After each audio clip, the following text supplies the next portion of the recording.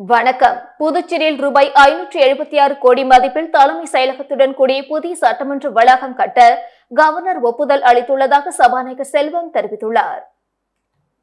புதுச்சேரி சட்டப்பேரவையில் உள்ள தனது அலுவலகத்தில் செய்தியாளர்களை சந்தித்த சபாநாயகர் செல்வம், புதுச்சேரி தட்டாஞ்சாவடி ஒழுங்கு விற்பனை கூடம் அருகே சுமார் 15 ஏக்கர் நிலப்பரப்பில் ரூபாய் 576 கோடி மதிப்பில் தலைமை செயலகத்துடன் கூடிய புதிய சட்டசபை கட்டுவதற்கான கோப்புக்கு துணைநிலை ஆளுநர் கைலாஷ்நாதன் ஒப்புதல் அளித்துள்ளார் என்றும், மத்திய உள்துறைக்கு கோப்பு அனுப்பப்பட்டு விரைவில் பணிகள் தொடங்கும் என தெரிவித்தார். புதுச்சேரிக்கு மாநில அந்தஸ்து கேட்டு சட்டப்பேரவையில் இயற்றப்பட்ட தீர்மானம் கவர்னர் ஒப்புதலுடன் மத்திய அரசுக்கு அனுப்ப உள்ளதாகவும், முதலமைச்சர் ரங்கசாமி தலைமையில் மத்திய உள்துறை அமைச்சரை சந்தித்து மாநில அந்தஸ்து பெறுவதற்கான நடவடிக்கைகள் எடுக்கப்படும் என கூறினார். ஜிப்மரில் இரட்டை குடியுரிமை பெற்று சேர்ந்துள்ள 9 மாணவர்களை நீக்கிவிட்டு புதுச்சேரி மாணவர்களுக்கு இடம் வழங்க கவர்னர் நடவடிக்கை எடுத்து வருவதாக தெரிவித்த அவர், மக்களின் கோரிக்கையேற்ற மின் கட்டணத்தை குறைக்க முதல்வர் ரங்கசாமி நடவடிக்கை எடுப்பார் என நம்பிக்கை தெரிவித்தார். புதுச்சேரியில் கடந்த சில ஆண்டுகளாக 3 அதிகார மையங்கள் செயல்பட்டு வந்த நிலையில் தற்பொழுது ஒரு அதிகார மையமாக புதுவை அரசு செயல்பட்டு வருகிறது என்றும், 2 ஆண்டுகளில் மாநிலத்தின் வளர்ச்சி திட்டங்கள் வேகம் எடுக்கும் என்றார்.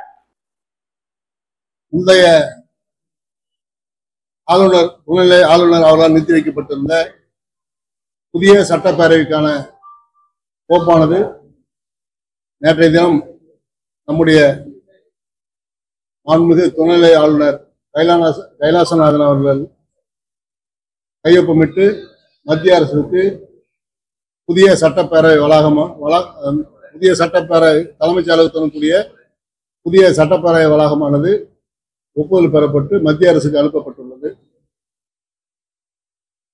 விரைவில் மத்திய உள்துறை அமைச்சகத்தினுடைய அனுமதியோடு டெண்டர் விடப்பட்டு பணிகள் ஆரம்பிக்கும் சூழல் ஏற்பட்டுள்ளது. அதற்கு ஒத்துழைப்பை நல்கிய புதிய துணைநிலை ஆளுநர் டாக்டர் கைலாசநாதன் அவர்களுக்கு புதுச்சேரி அரசின் சார்பாக எங்களுடைய நெஞ்சார்ந்த நன்றியை தெரிவித்துக் கொள்கின்றோம். இந்த சட்டப்பேரவை வளாகமானது ஏற்கனவே மாண்புமிகு மக்கள் முதல்வர் அவர்கள் கூறியது போல தட்டாஞ்சாவடி ஒழுங்குமுறை விற்பனை ஆலயத்துக்கு அருகில் உள்ள இடத்திலே ஒப்புதல் வழங்கப்பட்டுள்ளது.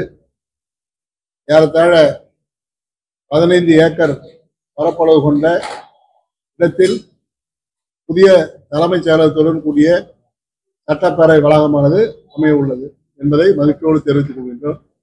அதே போன்று 2022ஆம் ஆண்டு பல்வேறு பணிகள் இடங்களுக்கான, குறிப்பாக பிளானிங் அத்தாரிட்டியில் அசிஸ்டன்ட் பதவி,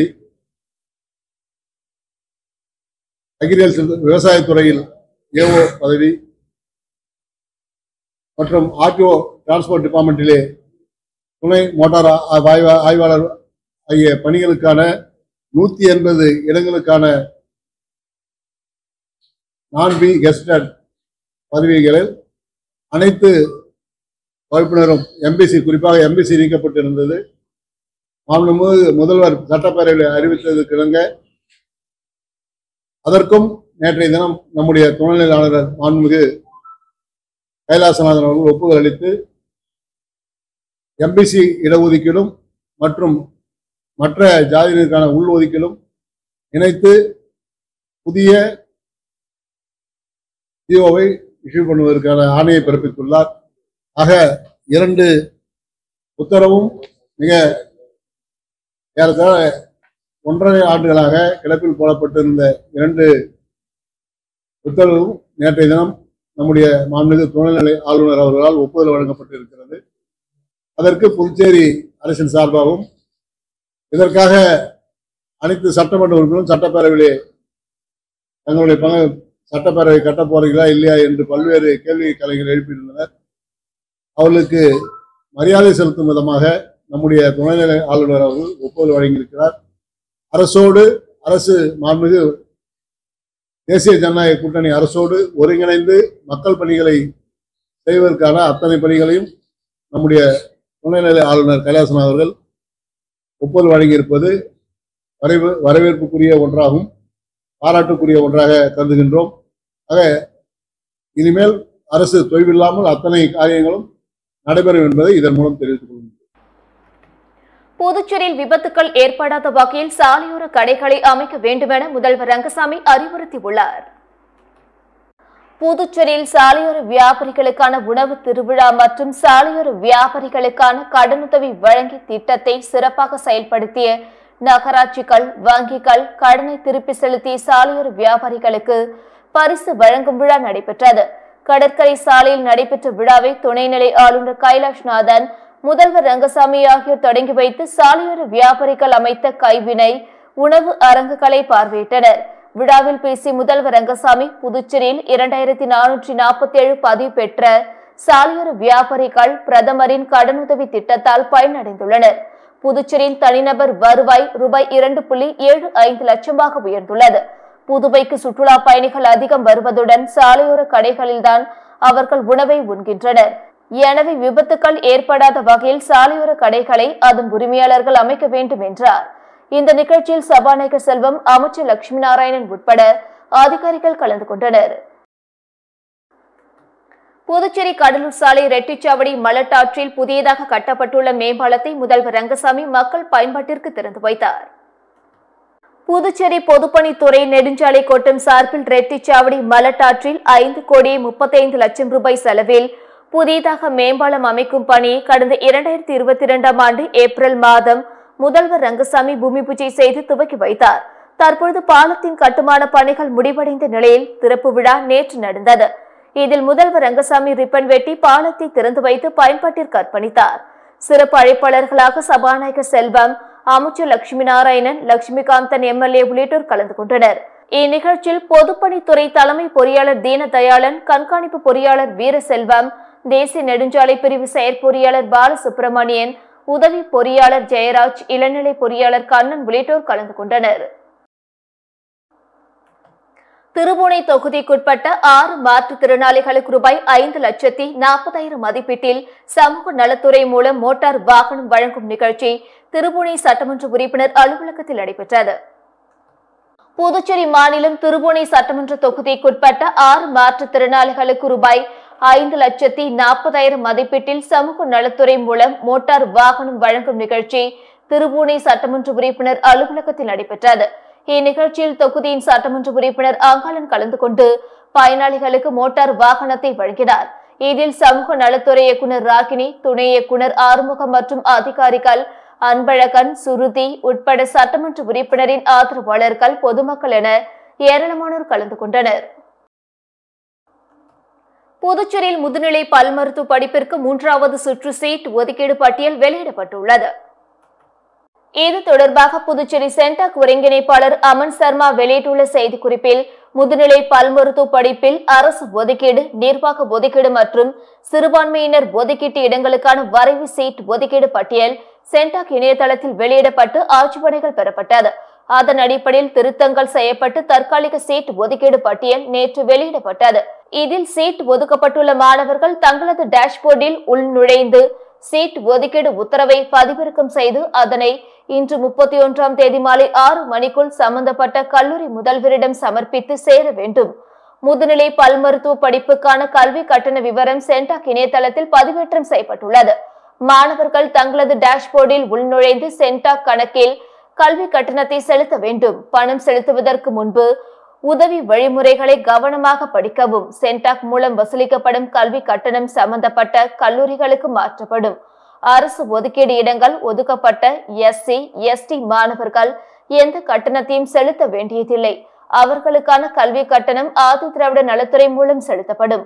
மேலும் மாணவர்கள் தகவல் அறிய SMS அனுப்பப்பட்டுள்ளது.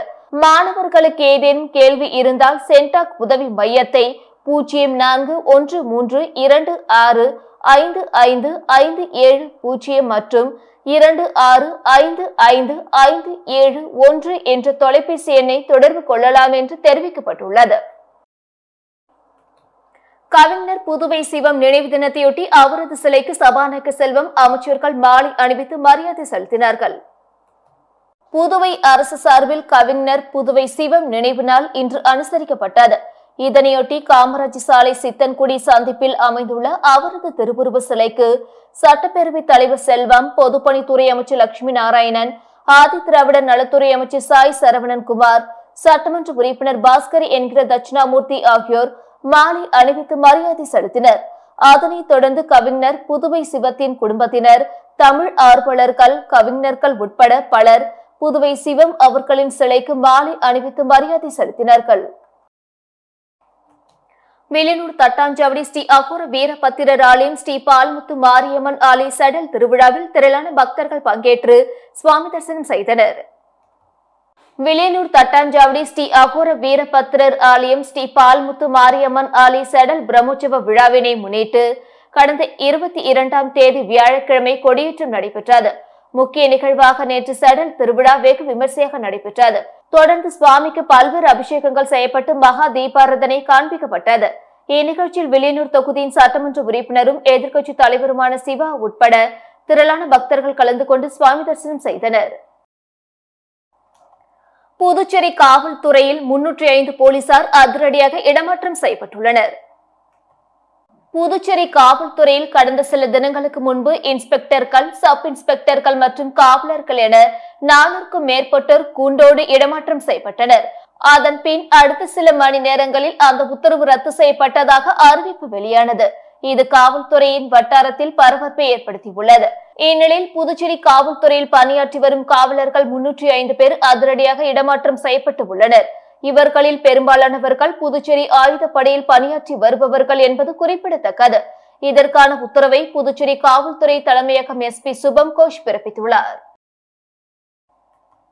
தமிழ் பட்டதாரி ஆசிரியர்களுக்கான இடமாறுதல் கலந்தாய்வில் விதிமீறல்கள் இருப்பதாக கூறி ஆசிரியர்கள் திடீரென தர்ணா போராட்டத்தில் ஈடுபட்டதால் பரபரப்பு ஏற்பட்டது.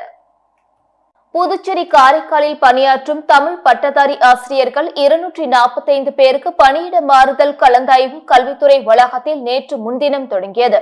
அதில் கிராமப்புற தமிழ் பட்டதாரி ஆசிரியர்கள் பங்கேற்றனர். அதன் அடிப்படையில் பலருக்கு நகர்ப்புற பள்ளிக்கு இடமாறுதலும் வழங்கப்பட்டதாக கூறப்படுகிறது. இதையடுத்து வெள்ளிக்கிழமை காலை நகர்ப்புற தமிழ் பட்டதாரி ஆசிரியர்களை கிராமப்புறங்களில் உள்ள பள்ளிகளுக்கு இடமாறுதல் செய்வதற்கான கலந்தாய்வு நடைபெற்றது. ஆனால் கலந்தாய்வுக்கு வந்திருந்த ஆசிரியர்கள் இடமாறுதலுக்கு எதிர்ப்பு தெரிவித்தனர். அவர்கள் திடீரென பள்ளி கல்வித்துறை இயக்ககத்தில் உள்ள அறையில் அமர்ந்து விதிமுறைப்படி 57 வயதை கடந்தவர்களுக்கு இடமாறுதல் அளிப்பது சரியல்ல, ஆனால் அதை மீறி கலந்தாய்வு நடத்தப்படுவதால் ஏராளமானோர் பாதிக்கும் நிலை உள்ளது என கூறி முழக்கங்கள் எழுப்பினர்.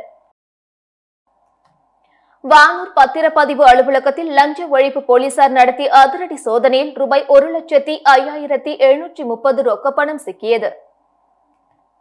வானூர் பகுதி புதுச்சேரி மாநிலத்தையொட்டி அமைந்துள்ளதால் பத்திரப்பதிவு அலுவலகத்தில் ஏராளமான வீட்டு மனைகள் பத்திரப்பதிவுகள் நடந்து வருகிறது. இந்நிலையில் வானூர் பத்திரப்பதிவு அலுவலகத்தில் லஞ்சம் பெறப்படுவதாக புகார்கள் எழுந்தது. இதையடுத்து நேற்று லஞ்ச ஒழிப்பு டிஎஸ்பி வேல்முருகன் தலைமையில் inspector Eswari, sub inspector Chakrapani மற்றும் 5க்கும் மேற்பட்ட குழுவினர் திடீரென வானூர் பத்திரப்பதிவு அலுவலகத்திற்குள் நுழைந்தனர். பின் அலுவலக மெயின் கேட்டை பூட்டிக் கொண்டு அங்கிருந்தவர்களை ஹாலில் அமர வைத்து சோதனை நடத்தினர். அப்பொழுது அங்கிருந்தவர்களின் மொபைல் போனை பறித்துக் கொண்டு அலுவலகம் முழுவதும் சோதனை மேற்கொள்ளப்பட்டது. இந்த சோதனை இரவு 9 மணி வரை நீடித்தது. இறுதியில் பொதுமக்களிடமிருந்து கைப்பற்றப்பட்ட சிலரின் பணத்தை அதிகாரிகள் திருப்பிக் கொடுத்தனர். ஆவணமின்றி வைத்திருந்த ரூபாய் 1,05,730 ரொக்க பணத்தை பறிமுதல் செய்தனர். இது தொடர்பாக சார் பதிவாளர் சடகோபனிடம் இரவு 9 மணி வரை விசாரணை நீடித்தது. இந்த சம்பவத்தால் வானூரில் பெரும் பரபரப்பு நிலவியது. காரைக்கால் ஸ்ரீ கோதண்டராமர் ஆலயத்தின் கும்பாபிஷேக விழாவினை முன்னிட்டு ஸ்ரீ சீதாராமன் திருக்கல்யாணம் வெகு விமர்சையாக நடைபெற்றது. இதில் ஏராளமான பக்தர்கள் கலந்து கொண்டு சுவாமி தரிசனம் செய்தனர்.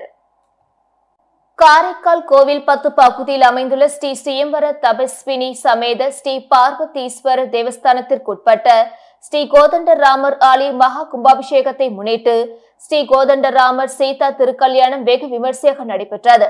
ஆலய வளாகத்தில் ஸ்ரீ சீதாராமன் திருக்கல்யாண வைபவம் வைதிக முறையில் சிறப்பாக நடைபெற்றது. சீர்வரிசை எடுத்து வருதல், மாலை மாற்றுதல், மாங்கல்ய தாரணம் மற்றும் மகா தீபார்த்தனையும் நடைபெற்றது.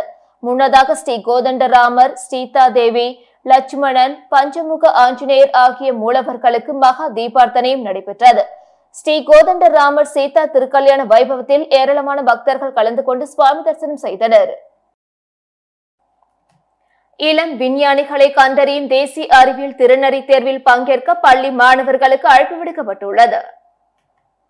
இந்திய அரசின் கலாச்சார அமைச்சகத்தின் கீழ் இயங்கும் தேசிய அறிவியல் அருங்காட்சியகங்கள், விஞ்ஞான பாரதி, NCERT இணைந்து தேசிய அளவிலான அறிவியல் விழிப்புணர்வு தேர்வை ஒவ்வொரு வருடமும் நடத்தி வருகிறது.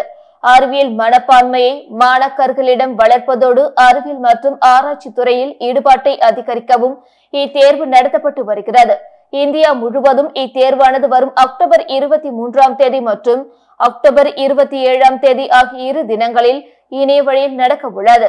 தேர்வுக்கு பதிவு செய்யும் மாணவர்களுக்கு அறிவியல் அறிஞர்களுடன் அல்லது ஆராய்ச்சியாளர்களுடன் இணைந்து தேர்வுக்கு சிறப்பாக தயார் செய்வதற்கு வழிகாட்டு ஏற்பாடுகள் செய்யப்பட்டுள்ளன. தேர்வுக்கு விண்ணப்பிக்க www.bvm.org.in என்ற இணையதளத்தில் பதிவு செய்யலாம் என குறிப்பிடப்பட்டுள்ளது. ஆதி திராவிட நலத்துறையில் பணியாற்றி ஓய்வு பெற்ற இருவருக்கு பணி நிறைவு பாராட்டு விழா துறை இயக்குநர் இளங்கோவன் தலைமையில் நடைபெற்றது. ஆதி திராவிடர் மற்றும் பழங்குடியின நலத்துறையில் உள்ள ஊழியர்கள் ஓய்வு பெறும்போது அவர்களுக்கு நலத்துறை இயக்குநர் இளங்கோவன் கௌரவப்படுத்தி வழி அனுப்புவது வழக்கம். அதன்படி ஆதி திராவிடர் நல மற்றும் பழங்குடியினர் நலத்துறையில் முதுநிலை கணக்கு அதிகாரியாக பணியாற்றிய ஸ்ரீதரன், பல்நோக்கு ஊழியராக பணியாற்றிய பக்தவச்சலம் ஆகியோர் நேற்று பணி ஓய்வு பெற்றனர். இவர்களுக்கு பணி நிறைவு பாராட்டு விழா நலத்துறை அலுவலகத்தில் நடந்தது. விழாவில் ஆதி திராவிட நலத்துறை இயக்குநர் இளங்கோவன் ஓய்வு பெற்ற இருவருக்கும் சால்வை அணிவித்து வாழ்த்து தெரிவித்தார். நிகழ்ச்சியில் கண்காணிப்பாளர்கள் பழனி, லபாஸ், வேல்முருகன், கதிரவன், தேவி, நல ஆய்வாளர் அதிகாரிகள், ஊழியர்கள் ஆகியோர் கலந்து கொண்டு வாழ்த்தினர். பாரதிதாசன் கைப்பந்து கழகம் சார்பில் மாநில அளவிலான சாம்பியன் லீக் போட்டி அரியாங்குப்பம் பகுதியில் நடைபெற்று வருகிறது.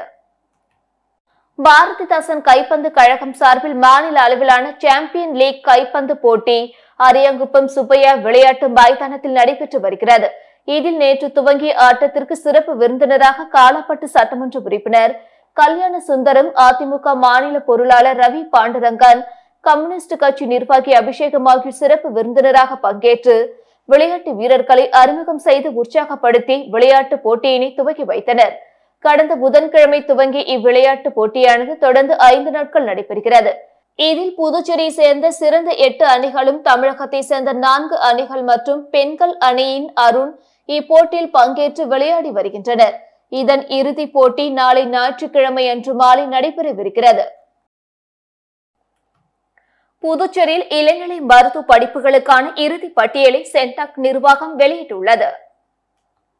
சென்டாக்கில் லீட் மதிப்பெண் அடிப்படையில் MBBS, PDS உள்ளிட்ட இளநிலை மருத்துவ படிப்புகளுக்கான வரைவு தரவரிசை பட்டியல் இணையதளத்தில் வெளியிடப்பட்டு இதில் ஏதேனும் ஆட்சேபனைகள் இருந்தால் கடந்த 20ஆம் தேதிக்குள் தெரிவிக்க வேண்டும் என தெரிவிக்கப்பட்டிருந்தது. அதன்படி விண்ணப்பதாரர்கள் ஆட்சேபனைகள் கேட்கப்பட்டு கடந்த 23ஆம் தேதி திருத்தப்பட்ட வரைவு தரவரிசை பட்டியல் வெளியிடப்பட்டது. நேற்று இறுதி தரவரிசை பட்டியல் மற்றும் வரைவு சீட் ஒதுக்கீடு இணையதளத்தில் வெளியிடப்பட்டது. இதில் ஏதேனும் ஆட்சேபனை இருந்தால் இன்றிரவு 9 மணிக்குள் தெரிவிக்க வேண்டும். இடம் கிடைத்தவர்கள் 2ஆம் தேதி அசல் சான்றிதழ்களுடன் சம்பந்தப்பட்ட கல்லூரியில் சேர்ந்து கொள்ள வேண்டும் என சென்டாக் ஒருங்கிணைப்பாளர் அமன் சர்மா தெரிவித்துள்ளார். அரியாங்குப்பம் ராதாகிருஷ்ண நகர் செட்டிக்குளம் அருகே எழுந்தருளி உள்ள ஸ்ரீ நாகமுத்து மாரியம்மன் ஆலயம் 32ஆம் ஆண்டு செடல் மற்றும் தேரோட்டம் நிகழ்ச்சி நேற்று நடைபெற்றது. புதுச்சேரி அரியாங்குப்பம் ராதாகிருஷ்ண நகர் செட்டிக்குளம் அருகில் அமைந்துள்ள நாகமுத்து மாரியம்மன் ஆலயத்தின் 32ஆம் ஆண்டு செடல் உற்சவம் மற்றும் தேரோட்டம் நேற்று நடைபெற்றது. இதில் சந்தனக்காப்பு அலங்காரத்தில் அம்மன் பக்தர்களுக்கு அருள் காட்சி அளித்தார். தொடர்ந்து அலங்கரிக்கப்பட்ட தேரில் அம்மன் வீதி உலா புறப்பாடு நடைபெற்றது. இதில் முன்னாள் அரசு கொறடா அனந்தராமன், காங்கிரஸ் பொதுச் செயலாளர் சங்கர், அதிமுக மாநில பொருளாளர் ரவி பாண்டுரங்கன் ஆகியோர் சிறப்பு அழைப்பாளர்களாக கலந்து கொண்டு தேரோட்டத்தை தொடங்கி வைத்தனர். விழாவில் திமுக கலை இலக்கிய பேரவை மாநில அமைப்பாளர் சிவசங்கரன், திமுக செயலாளர் சீதாராமன், அரியாங்குப்பம் தொகுதி அதிமுக செயலாளர் ராஜா உள்ளிட்ட அரசியல் கட்சியை சேர்ந்த பிரமுகர்கள், தொழிலதிபர்கள் உள்ளிட்ட பலர் கலந்து கொண்டனர். விழாவிற்கான ஏற்பாடுகளை கோவில் நிர்வாகி ரகுநாதன் மற்றும் ஆலய விழா குழுவினர் பொதுமக்கள் செய்திருந்தனர். புதுச்சேரி மாநில காங்கிரஸ் கட்சிக்கு புதிய பொறுப்பாளர் நியமனம் செய்யப்பட்டுள்ளார். காங்கிரஸ் கட்சியில் நாடு முழுவதும் பல்வேறு மாநிலங்கள், யூனியன் பிரதேசங்களுக்கு புதிய பொறுப்பாளர்கள் நியமிக்கப்பட்டுள்ளனர்.